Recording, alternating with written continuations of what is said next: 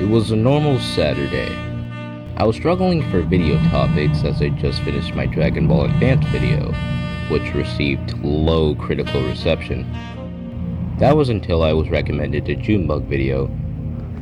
In this, he covered a guy named MagicScrumpy, but something felt missing, like something was left out of the story. So I began digging to find out what really happened.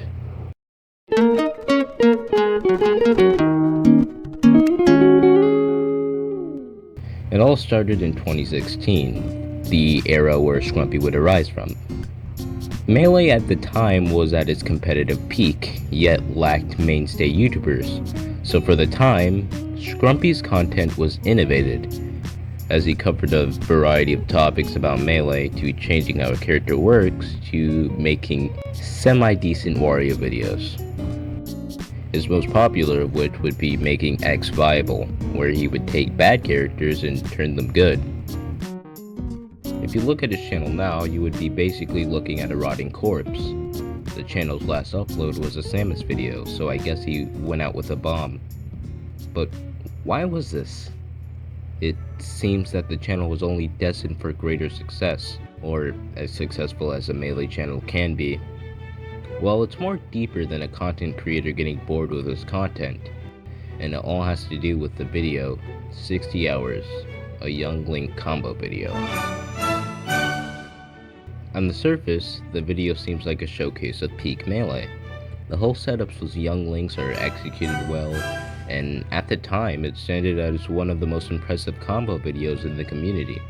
Everyone seemed to really enjoy it. Though there were some people who speculated on the validity of the video, everyone ignored them. The video wouldn't resurface until late 2016, where Reddit user YouGreaterThanMe would make a post about it. In his post, he claimed he had evidence for 60 hours being tasked, prompting a lack of stalling. A mechanic where moves slowly degrade over time due to constant use is proof of use of a task.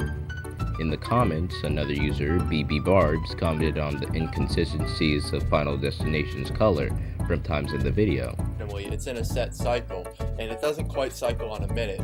When I start my Rainbow FD, you can see it matches up perfectly. But see the second clip of Rainbow FD that starts at roughly 2 minutes?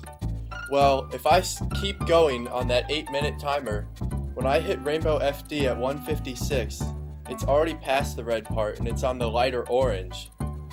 However, if I change my clock to start on 2 minutes, Rainbow FD perfectly syncs up with what we see in this video here. This isn't just me, you can try this yourself and find out. With all this evidence piling up, it seemed that the answer was clear. Scrumpy faked the video using tasks and tried to pass it off as if it was real. The final blow would be Reddit user PTAS, who would give a full analysis on the video, which boils down to, yes, the video is fake. May I add, he submitted this video to a competition with a supposed earning of $100. That's just extra scummy. Throughout this whole fiasco, Scrumpy has been sitting in the sidelines not saying anything, or so it seemed. In some leaked screenshots, he would make a series of rant-type comments about the drama. Here's some examples. People have already said that if I come out with proof, then it's probably fake. Why would I bother putting out proof then?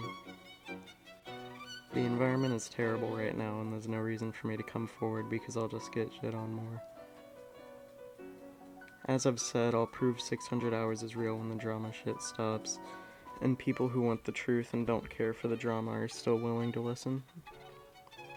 See, the Smash community loves drama. They don't care about what's right or wrong. They like witch hunts and shitting on people. I have better things to do than be bullied by a bunch of 14-year-olds. I went full grime and put non-skippable video ads on 600 hours, so I'm cashing in on this sweet drama. Might as well get something good out of it. The best part about Smash drama is that since everyone's 13 years old, you can just get off of Twitter and whoa, just like that, the problems go away. As you can see, he was pretty, well, livid. Though that was only a private DM. Later in March 2017, he would make an apology on Twitter, which we all know is the best place to make an apology. Though we can't see what he said because the guy fucking deleted it. Sure man, if you want to make yourself more believable, let's just delete the only time you publicly apologize. That's totally gonna help you in the long run.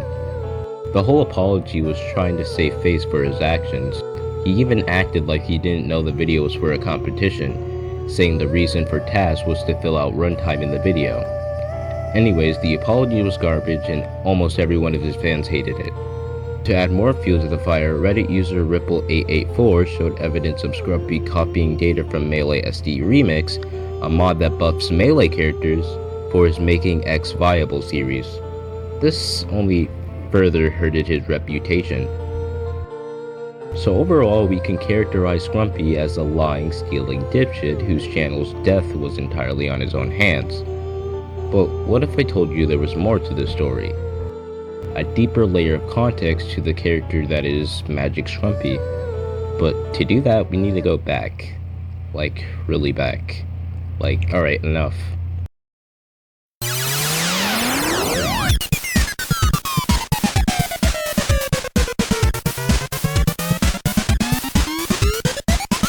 A little obscure thing about Scrumpy is that he's a speedrunner. He speedran games such as Mario Sunshine and Super Mario Bros. But for now, let's focus on his Super Mario Bros. Run. In 2015, Scrumpy submitted a speedrun for Super Mario Bros. The run will stay up until the 600 hours drama, which put suspicion under this run, so moderators removed it. But before then, the sneaky bastard privated the video and left. Luckily, some guy re-uploaded it onto YouTube, making my life way easier. Also, I'd like to mention the fact that he purposely made the video 5 minutes and 450 milliseconds, as anything under 5 minutes would need to be streamed to get accepted, which he obviously can't do for an illegitimate run. Scrumpy's first instance of stealing wasn't just with SD Remix. A lot of his videos in the What If We series have been using other mods for his own profits. In fact, there was a cycle, which went something like this. Scrumpy uploads a video featuring a mod that another modder made. No credit anywhere. Modder messages him why there's not any credit. Description is edited to have modder's name at the very bottom. This cycle of constant stealing would lead MagicScrumpy to get a bad rep with modders. A largest example would be his time in the Kirby Air Ride community. During his time in the KAR community, he would pull the same shit he would pull in the Melee community, stealing mods and implying that it's his. There was even an instance where he had similar code to other modders. Now there isn't enough evidence that he did steal the code, but knowing his track history, he probably did. He didn't stay in the KAR community for long though, as when caught, he was banned from the Discord server, and eventually when word broke out, he was exiled from the community. Thus he migrated to Melee. I think this is the point in the video where I should talk about Twitter. I know it's a low bar to go after somebody's social status, but in this case I would say it's important. Apparently while active, he used to take custom stages and post them as if they were his. I only have one example of this because again, this man likes deleting shit. Speaking about deleting shit, let's talk about the fact that this man likes to delete his garbage ass takes. Because I don't want to voice them again, I'll get somebody else to do them. That hiking emoji is fucking horrible. The trick to having the underdog win is to truly believe in it. This attitude of hiding his past and deleting anything controversial is a running trend with Scrumpy, leading to his current internet status.